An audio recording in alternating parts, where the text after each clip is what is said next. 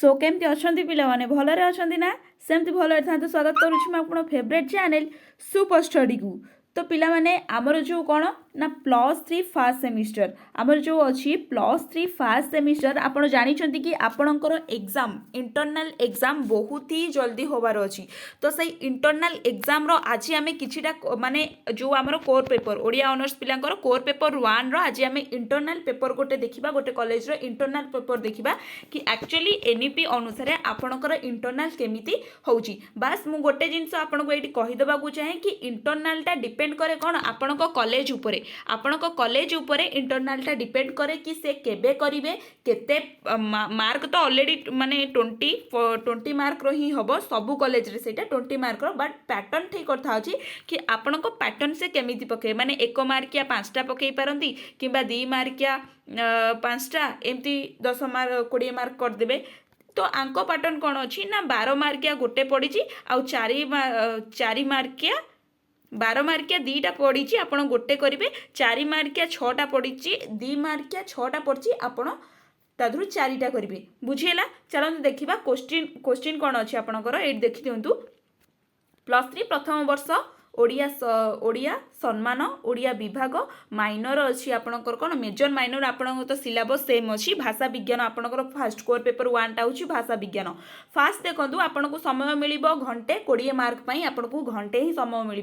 Fast question देखो 12 मार्किया question आउ ए जो 2टा क्वेश्चन मुझे डिस्कसन करी आपड़ यहाँ 100% सियोर हो जातु यहाँ आपणकर सेमिस्टर रे आसीबो आपण माने मु एटा एई कथाटा कहूनी कि कॉलेज रे एटा देइचंती माने देइचंती से कॉलेज रे जोटा देइचंती एटा ही मेन सिलेक्शन से गोटे आकार रे देइ देइचंती कि तुमरो एटा सेमिस्टर रे आसीबो 100% आसीबो। फास्ट कोन देइचंती ना जे कोन हां जे कोनोसी गोटिए दीर्घ प्रश्न रे ठीक उत्तर प्रदान कर 12 मार्किया 2टा देइचंती आपण ताथरु गोटिए करिवे।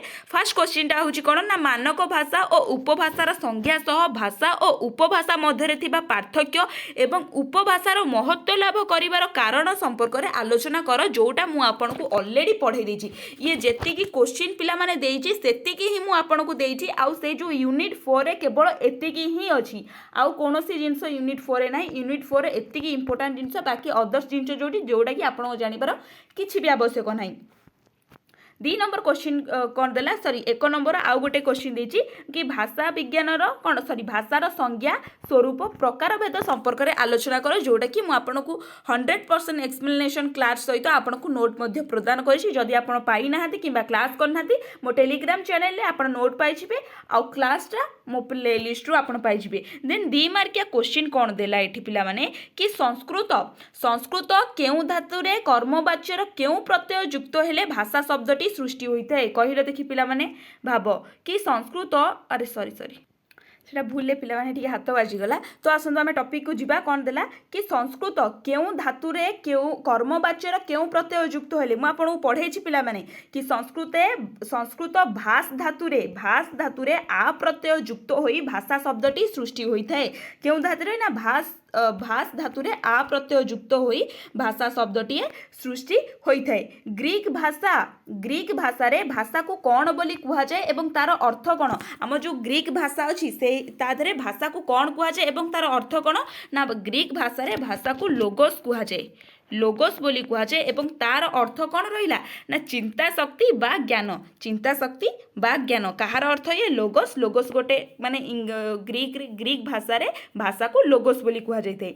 देन भाषा उत्पत्ति संपर्कित प्राचीनतम सिद्धांतर नाम कौन भाषा उत्पत्ति संपर्कित प्राचीनतम सिद्धांतर नाम कौन मु पढ़े पिला माने आपनको कौन दैव उत्पत्ति सिद्धांत बुझेला।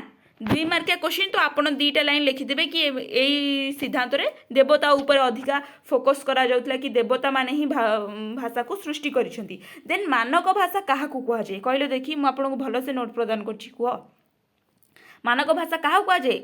फास्ट पॉइंट कारण ये 2 मार्किया देछि आपण फास्ट पॉइंट एठी लिखिबे कि मानक भाषा को मूल भाषा बा मुख्य भाषा कुहा जाय जहाँ मु तुमको आगुरु कहिछि। सेकेंड पॉइंट रे लिखिबे कि गोटिए निर्दिष्ट भूखंड रे बसवास करूथिबा ନାଗରିକ ମାନଙ୍କର ପ୍ରାଥମିକ ଭାବରେ ଯେଉଁ ଭାଷାକୁ ବ୍ୟବହାର କରିଥାନ୍ତି ଆମେ ତାକୁ ମୂଳ ଭାଷା ବା ମୁଖ୍ୟ ଭାଷା ବା ମାନକ ଭାଷା ବୋଲି କହିଥାଉ।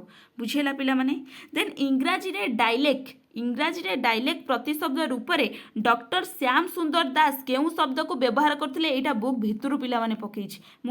ଫିର୍ ବି ମୁଁ ଆପଣଙ୍କୁ ନୋଟ୍ ପ୍ରଦାନ କରିଛି। କେଉଁ ଭାଷାକୁ ବ୍ୟବହାର କରିଥିଲେ ନା ବି ଭାଷା। କ'ଣ ନା ବି ଭାଷାକୁ ଡକ୍ଟର ଶ୍ୟାମ ସୁନ୍ଦର ଦାସ ଯେଉଁ ଡାଇଲେକ୍ଟ ରହିଲା ତାକୁ ପ୍ରଦାନ କରିଥିଲେ ବି ଭାଷା ନାମରେ। ତାପରେ କହିଲେ ଉପଭାଷାର ସୃଷ୍ଟି ହେବାର ଦୁଇଟି କାରଣ କ'ଣ? ଆପଣଙ୍କୁ ନୋଟ୍ ମୁଁ ପ୍ରଦାନ କରିଛି ପିଲାମାନେ। ଉପଭାଷାର ସୃଷ୍ଟି ହେବାର ଦୁଇଟି କାରଣ ଲେଖ। କ'ଣ ନା ଫାଷ୍ଟ ଗୋଟିଏ ପ୍ରାକୃତିକ ବିପର୍ଯ୍ୟୟ ଯେମିତି ବନ୍ୟା ବାତ୍ୟା ଭୂମିକମ୍ପ ଦ୍ୱାରା ଗୋଟିଏ ଲୋକ ଅନ୍ୟ ଜାଗାକୁ ଆଚ୍ଛା କହିଲ ପିଲାମାନେ ଉପଭାଷା ମାନେ କ'ଣ? ଆଗ ଉପଭାଷା କହିସାର ତାପରେ ମୁଁ ତାର କାରଣ ବତେଇବି ସୃଷ୍ଟିର କାରଣ। ଉପଭାଷା କ'ଣ ନା ଗୋଟିଏ ମୁଖ୍ୟ ଭାଷାଟା ଯେତେବେଳେ ଅନ୍ୟ ଜାଗାକୁ ଡିଷ୍ଟ୍ରିବ୍ୟୁସନ୍ ହେଇଥାଏ ଏବଂ ସେଇ ଅଞ୍ଚଳରେ ଏ ଭାଷାର କେତେକ ଲୋକ ଯେତେବେଳେ ସେଠି ବସବାସ କରନ୍ତି ସେମାନେ ଏ ଭାଷା କେତେକ କୁହନ୍ତି ଆଉ ଯେଉଁ ଅଞ୍ଚଳରେ ସେମାନେ ରହିଥାନ୍ତି ସେମାନେ ସେ ଭାଷାକୁ ମଧ୍ୟ କିଛିଟା କହିଥାନ୍ତି। ସେଇଠି ହିଁ ଗୋଟେ ଉପଭାଷା ସୃଷ୍ଟି ହେଉଛି ଯେଉଁଟାକି ମୁଁ ନୋଟ୍ଟା ପ୍ରଦାନ କରିଦେଇଛି ବୁଝେଇଯିବି ସେଠି। ମୁଁ ଏଠି ଆଉ ଟିକେ ତୁମ ଡାଉଟ୍ କ୍ଲିୟର କରିଦେଲି। ତ ଉପଭାଷା ସୃଷ୍ଟି ହେବାର ଦୁଇଟି କାରଣ ହେଲା ନା ଗୋଟିଏ କାରଣ ହେଉଛି ପ୍ରାକୃତିକ ବିପର୍ଯ୍ୟୟ ଦ୍ୱାରା ଯେମିତିକି ଭୂମିକମ୍ପ ବନ୍ୟା ହେଉ ଆମର ବାତ୍ୟା ହେଉ ତା ଦ୍ୱାରା ଯେତେବେଳେ ଲୋକମାନେ ଗୋଟିଏ ସ୍ଥାନରୁ ଅନ୍ୟ ସ୍ଥାନକୁ ଯାଇ ସେଠି ବି ଉପଭାଷା ସୃଷ୍ଟି ହେବୁ।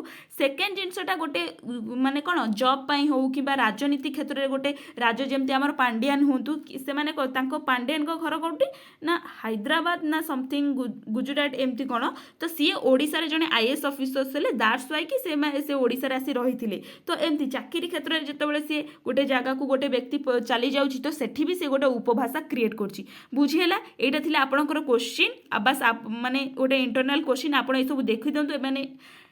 ମାନେ ସେମିଷ୍ଟାରରେ ଆସିବା ପାଇଁ ନିହାତି ଯୋଗ୍ୟତା ଏ କୋଶ୍ଚିନ୍ ମାନଙ୍କର ଅଛି। ମୁଁ ବାସ୍ ସେମିତି ଆପଣମାନଙ୍କ ସହିତ ଡିସ୍କସନ୍ କରୁନି। ମୋତେ ଯଦି ସାଟିସ୍ଫାଏଡ୍ କୋଶ୍ଚିନ୍ଟା ନ ଲାଗିଥାନ୍ତା ତାହେଲେ ମୁଁ ଆଣିନଥାନ୍ତି। ବହୁତ ଇମ୍ପୋର୍ଟାଣ୍ଟ ସେଇଥିପାଇଁ ଆଣିଛି। ଆଶା କରୁଛି ଭିଡ଼ିଓଟି ଆପଣଙ୍କ ପାଇଁ ବହୁତ ହେଲ୍ପଫୁଲ୍ ହେଇଥିବ। ଯଦି ବି ହେଲ୍ପଫୁଲ୍ ହେଇଛି ଲାଇକ୍ କମେଣ୍ଟ ସେୟାର ନିଶ୍ଚିତ କରିଦେବେ। ରହିଲି ନମସ୍କାର, ଜୟ ଜଗନ୍ନାଥ।